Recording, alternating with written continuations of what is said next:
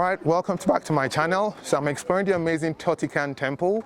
The history of this temple is rooted very deep in faraway Asia. The people here are believed to have migrated from Mongolia all the way from China, and they came here and formed about 109 nations. Then afterwards, the Aztecs, who were the last nation to come, were mandated by their god to look for a land where they could find cactus, and that's where the eagle was, which represents where they would establish their city. And hold and behold, they found this site. Around this site, there are different cactus flowers, and to them, that was an indication that this was the city that their god has sent them to establish. And in that, they discovered this amazing Teotihuacán pyramids. So it's divided into two pyramids. One is for the god of rain, because they invented agriculture, and the goddess of rain as well, because they believe in the fertility of rain. So I'm going to be exploring both of them today, and we're going to learn about the story behind each of the pyramids and learning more about the pyramids of this amazing site.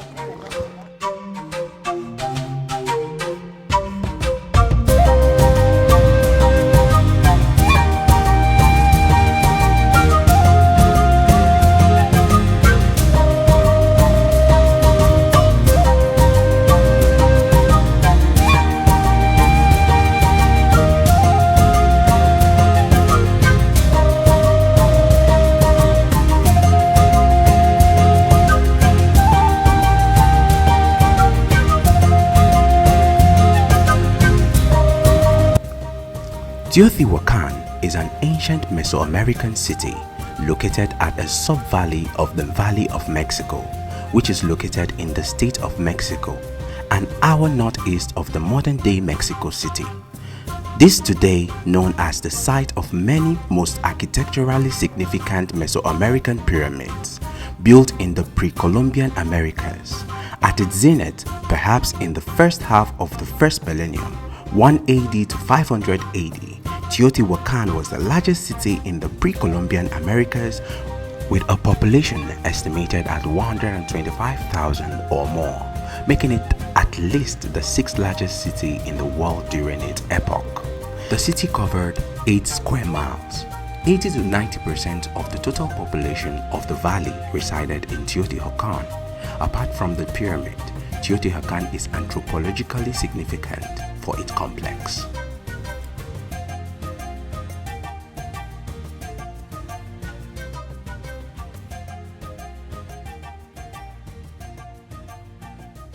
So where I'm standing right now used to be one of the houses of the wealthy people who lived right next to the god. However, when it was discovered initially by the Spanish, they thought it was a tomb. They thought everything here was a tomb, so it was called the Valley of the Dead.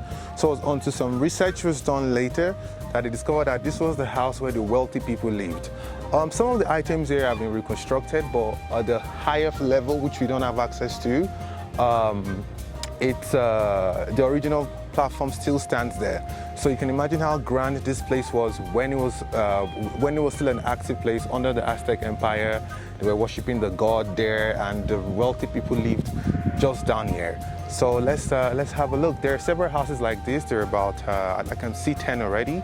So just check each one out and learn more. Although it's a subject of debate whether Teotihuacan was the center of a state empire, its influence throughout Mesoamerica is well documented. Evidence of Teotihuacano presence can be seen at numerous sites in the Veracruz and the Maya region.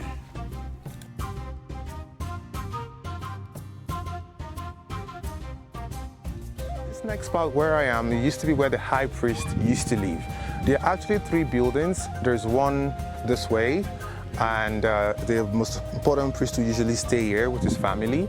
And if we look this way as well, which I'm going to be going there as well, the second priest who live there as well. Very important priest, this holy trinity of priesthood basically. And then the third one is this way. This is where the third priest will live. So once we have 1, 2, 3, that side is where the third priest would live.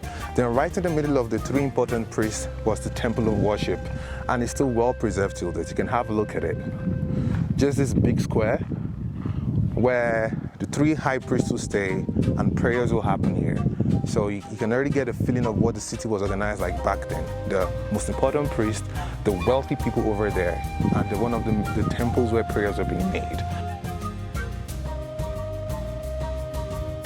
Population of the city started from 30,000 and increased gradually over the years until it reached a max population of approximately 200,000 people. So there are stones on these pyramids, and these stones are believed to have been a plaster for the original covering, because the pyramid used to be like a smooth red layered, but these stones are believed to be what was left of the plastered pyramids. And these people were masters of geometry, mathematics, astronology, and so many things, because they needed to calculate the cycle at which they needed to plant corns, as they were the inventors of agriculture as we know it today. So it's steeped deeply in history.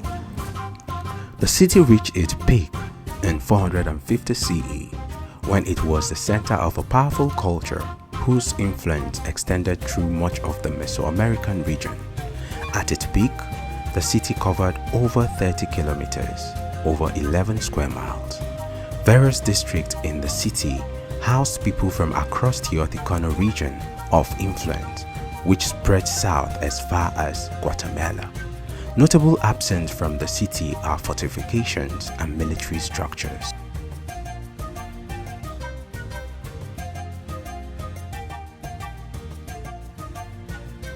The next spot that we saw here is the steam bath. I mean, despite being very religious people, they did take out their time to enjoy themselves. This 1, 2, 3, 4 serves as the steam bath the old Aztec invaders used to use while they occupied this region. And you can imagine, you know, the opulence right next to the pyramid where they pray to their god, having an amazing steam bath. Perfect, you know, they took out time to enjoy themselves. The city was divided in 2,000 compounds like this, or like the other one that I showed you before. Yeah. With the outside sculptures, 1, 2, 3 more, and 100 meters, 300 feet each side. And is the house of the high priest. What about those 3 ones we saw there? It's all the high priests, because all these people were ruled by priesthood. Oh, so priesthood all of them were within. priesthood. Yes, all the was a priesthood. shamans and priests. Okay. No governors. When the governors were the priests, and why they made this compound here, this compound close to the pyramid? Because this is a holy mountain. I got a chance to get a fruit from one of these cactus trees. They're called Tsuna. It's gonna have a taste of it.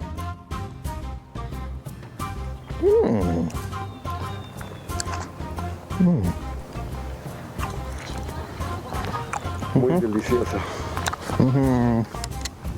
You follow it. Yes.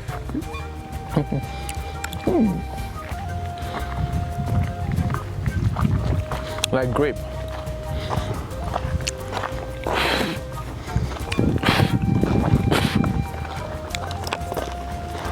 Did you stop it?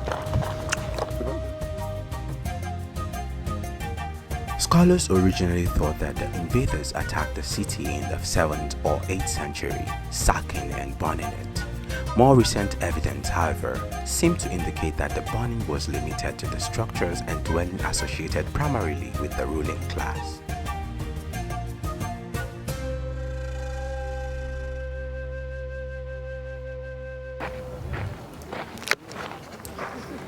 So we're off to the goddess of the river, or the moon god as the Aztecs would have called it. And we're going to get to see what that part of the pyramid is like and learn a lot more about it.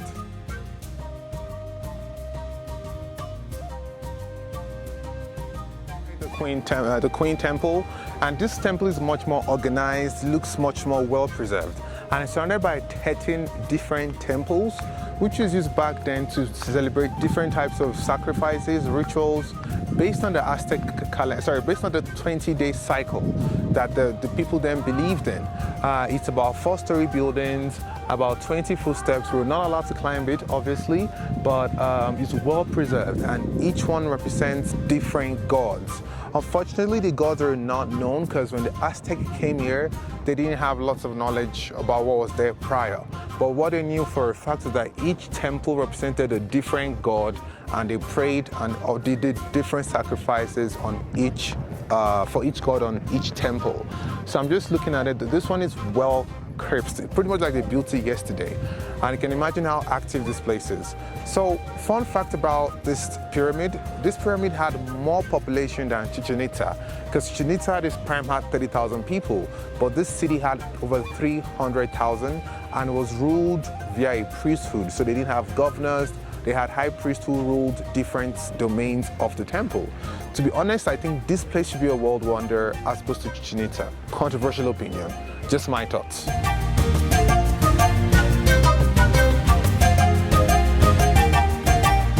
Altar, and so something used to happen here twice a year on today's calendar date of March 21st and September 21st. Because back in the days the people were forced into early marriages, they had children with Down syndromes. So because of the suffering they faced and stigma they suffered growing in society, the mothers would usually sacrifice the children with Down syndrome to the altars, which is where I'm pointing to right now, because they believed that they were better treated in heaven. But looking now in modern day discovery, that Down syndrome pervaded because they were having kids at a very early age, 11, 12, 13, 14, 15, when your body is not fully developed to nurture and bring in a child to this world. So I mean, it serves a very deep history, considering some of the activities that must have happened here back in those days. We couldn't go inside the Moon Pyramid or the Queens of the Rain and Lakes because the government has placed some ban on it because they're working on it. But it's equally as impressive. The original plasters are still there, and we got access to this platform, which is this building, which is a platform before the main building itself. So yep. This is the pyramids. This is the Teotihuacán pyramids, full scale, very impressive, very rich in history, and I've had an amazing time learning about the history of this part of the world. And you know, for me, Mexico is just very diverse. Southern part, Cancun, you're partying, drinking. You're in Mexico City, discovering civilizations that existed before the birth of Christ. So it's a really fascinating country, and low-key, I think it's one of the most underrated countries in the world because it offers so much different experiences in one country. Amazing place.